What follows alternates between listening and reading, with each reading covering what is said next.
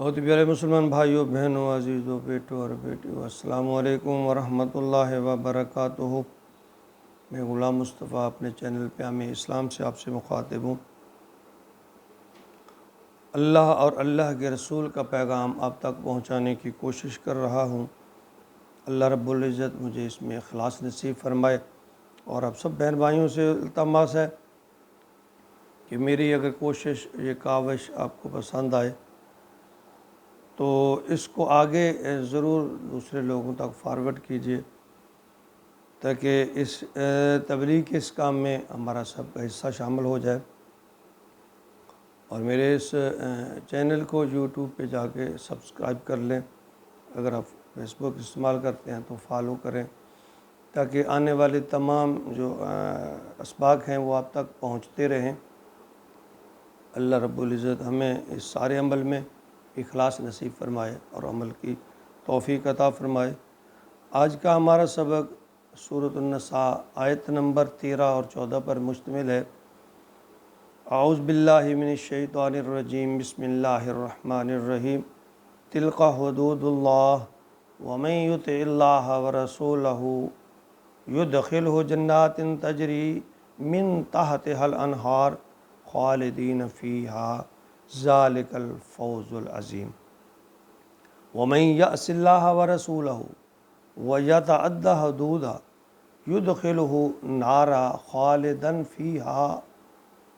وَلَهُ عَذَابٌ مُّہِینٌ۔ پچھلی دو آیتوں میں اللہ رب العزت نے وراثت کے جو احکامات بتائے ہیں، اور پھر ساتھ اس اگلی جڑواں جو آیت ہیں 13 اور 14، اس میں خاص حکم دیا ہے۔ اور میں یہ پہلے بھی اس بات کا تذکرہ کر چکا ہوں کہ قرآن مجید کا ایک بہت ہی بہترین اسلوب ہے کہ جہاں وہ جنت کا تذکرہ فرماتا ہے، ساتھ ہی دوزخ کا بھی، جہاں برائی کا عذاب اور وہاں اچھائی کی جزا، اور یعنی دونوں جو چیزیں ہیں اپوزٹ، ان دونوں کا تذکرہ فرما دیتے ہیں۔ یعنی اگر جھوٹ ہے تو ساتھ سچ کا بھی، عمل ہے تو بے عملی کا بھی، یعنی ہر طرح سے قرآن مقدس جو ہے وہ تقابل بیان کرتا ہے، دونوں چیزوں کا، دونوں رخ بیان کرتا ہے کہ اچھا کام کرو گے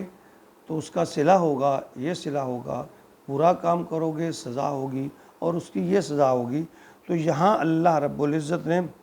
بالکل واضح انداز میں اپنا حکم صادر فرمایا کہ میں نے احکامات وراثت بیان کر دیے۔ آگے فرمایا، اس آیات میں جو فرمایا، تلک حدود اللہ، اللہ فرماتے ہیں یہ اللہ کی یہ مقرر کردہ حدیں ہیں،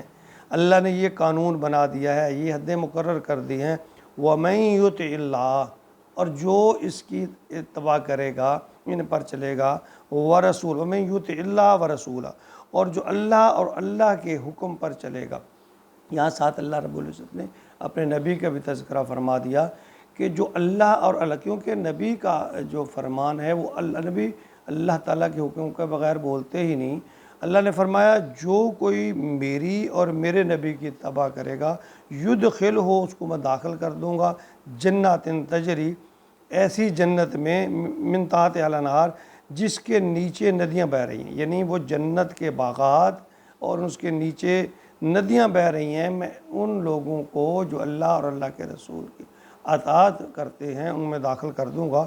خالدین فیہا، اللہ فرماتے ہیں پھر چند لمحوں کے لیے نہیں، کچھ مقرر ٹائم کے لیے نہیں، فرمایا ہمیشہ ہمیشہ کے لیے وہ اس میں رہیں گے۔ وَذَالِكَ الْفَوْزُ الْعَظِيمُ، اور یہ بہت بڑی کامیابی ہے جن لوگوں کو اللہ رب العزت نے یہ سعادت یعنی جنت عطا فرما دی۔ اللہ فرماتے ہیں یہ بہت بڑی، قیامت کے دن سب سے بڑی کامیابی، بلکہ دین و دنیا آخرت کی سب سے جو بڑی کامیابی ہے، اللہ فرماتے ہیں فوز عظیم، بہت بڑی کامیابی ہے۔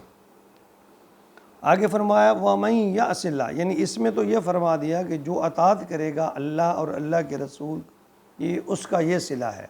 اور ساتھ فرمایا وَمَن یعص اللہ رسولہ، اور جو کوئی نافرمانی کرے گا اللہ کی اور اللہ کے رسول۔ دیکھیں برابر اللہ تعالیٰ نے فرمایا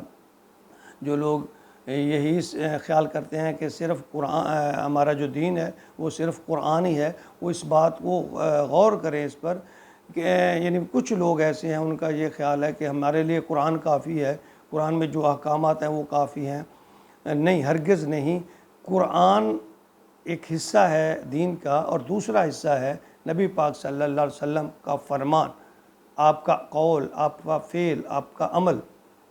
یہاں برابر اللہ تعالیٰ نے فرمایا، کوئی فرق نہیں کیا کہ وَمَن يَعْصِ اللَّهَ وَرَسُولَهُ، جو اللہ کی نافرمانی، عصیت نافرمانی کرے گا یا اس کے نبی کی نافرمانی کرے گا، وَيَتَعَدَّ حُدُودَهُ، اور اللہ کی اس کی جو حدود ہیں، یعنی جو اللہ نے مقرر کر دی ہیں یا اللہ کے رسول نے مقرر کر دی ہیں، ان حدوں سے تجاوز کرے گا۔ یعنی اللہ نے دیکھیں بالکل برابر وزن کے ساتھ اللہ نے فرما دیا کہ جو آدمی میری اطاعت اور میرے نبی کی اطاعت کرے گا وہ جنتی ہے، جو میری اطاعت اور میرے نبی کی اطاعت نہیں کرے گا، یا میری اور میرے مقرر کی گئی حدیں اور میرے نبی کی مقرر کی گئی حدوں کو توڑے گا، ان کو تجاوز کرے گا، یدخلہ نارا، وہ داخل ہوگا آگ میں، خالدن فیہا، ہمیشہ کے لیے۔ جس طرح جنت میں ہمیشہ کے لیے اللہ نے فرمایا اچھے اعمال والا داخل ہوگا، اسی طرح اللہ نے فرمایا جو میرے اور میرے نبی کی اتباع اور مقرر کی ہوئی حدیں، دونوں باتیں ہیں، یعنی جو حکم اللہ تعالیٰ نے کیا اور اللہ کے نبی، یعنی اللہ اور اللہ کے نبی کا حکم، آپ یہ جو اللہ نے فرمایا اور اللہ کے نبی نے فرمایا، ہمارا دین یہ دونوں چیزیں ہیں۔ صرف قرآن مقدس اس میں کوئی شک نہیں رہنمائی کا ذریعہ ہے، لیکن اس کے ساتھ ساتھ اللہ نے یہاں واضح کر دیا کہ اس کے ساتھ ساتھ میرے اتباع کے ساتھ ساتھ میرے نبی کی اتباع، اور میرے حکم کے ساتھ ساتھ میرے نبی کا حکم، اور میں نے جو حدیں مقرر کی ہیں اور میرے ساتھ ہی فرمایا جو میرے نبی نے، یعنی میں نے یہاں فرما دیا وَمَن يَعْصِ اللَّهَ وَرَسُولَهُ وَيَتَعَدَّ حُدُودَهُ، اللہ نے اور اللہ کے رسول نے جو حدیں مقرر کی ہیں ان سے جو تجاوز کرے گا، یدخلہ نارا، دوزخ میں جائے گا اور ہمیشہ کے لیے جائے گا، وَلَهُ عَذَابٌ مُّہِینٌ، اور عذاب اہانت، اتنا سخت عذاب ہوگا۔ دیکھیں کہنا آسان ہے، ہم آگ کے اوپر ذرا اپنا ہاتھ سے انگلی کر کے دیکھیں چند لمحوں کے لیے تو پورا جسم تڑپ اٹھے گا، چہ جائے کہ ہمارا سارے کا سارا وجود آگ میں چلا جائے، اور پھر وہ آگ جو اس دنیا کی آگ سے 70 گنا زیادہ ہے، اور پھر اس سے بڑھ کر یہ کہ یہاں تو ہے کہ آگ میں خدا نہ خواستہ ایسا ہوا حادثہ ہوا، آگ میں گیا، آدمی جل گیا، مر گیا، روح نکل گئی اور کام ختم ہو گیا،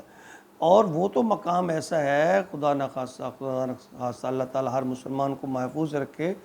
وہاں تو جان موت کو بھی موت آ جائے گی، مرنا بھی نہیں ہے، یعنی متواتر وہ آگ میں جلنا ہے، اس میں کوئی رعایت ہی نہیں ہے، یعنی جب جان ہی نہیں نکلے گی، مرے گا ہی نہیں، آدمی زندہ ہی رہے گا وہاں، تو متواتر وہ عذاب ہے۔ اللہ رب العزت سب کو، تمام مسلمانوں کو اس عذاب سے بچائے، محفوظ رکھے، بلکہ ہم دعا کرتے ہیں کہ اللہ تعالیٰ جو کافر ہیں، منکر ہیں، جو اللہ کا انکار کرنے والے ہیں، اللہ تعالیٰ انہیں بھی ہدایت نصیب فرمائے، کیونکہ وہ بھی تو انسان ہیں، ہمیں ان کی بھی فکر کرنا ہے، ان کے لیے بھی دعا کریں، اللہ رب العزت ان کو بھی ہدایت نصیب فرمائے، راہ راست پر لے آئے، مسلمان بنا دے، اور وہ اللہ اور اللہ کے رسول کے اتباع و فرما برداری کر کے اس دوزخ کی آگ سے محفوظ ہو جائیں۔ اللہ رب العزت ہمیں عمل کی توفیق عطا فرمائے، آمین یا رب العالمین۔